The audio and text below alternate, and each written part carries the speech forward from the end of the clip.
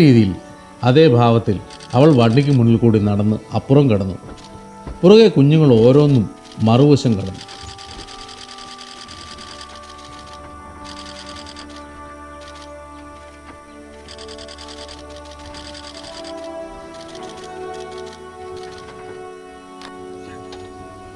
അമ്മയ്ക്ക് അടുത്ത് എത്തിയിട്ട് ഒരു കുഞ്ഞ് തിരികെ വന്ന സ്ഥലത്തേക്ക് തന്നെ ഓടി മറിഞ്ഞപ്പോൾ മറ്റേ കുഞ്ഞും കടുവയും അതിനൊപ്പം ചേർന്നു.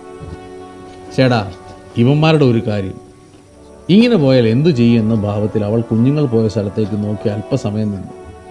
എന്നിട്ട് അവർക്കൊപ്പം കാട്ടിലേക്ക് പതിയെ വളരെ സാവധാനം തലയെടുത്ത് പിടിച്ച് നമ്മുടെ മുന്നിൽ കൂടി റോഡ് മുറിച്ച് കടന്ന അവൾ പിന്നീട് കുഞ്ഞുങ്ങൾക്കൊപ്പം ഓടിക്കൂടുകയാണ് ഉണ്ടായത്.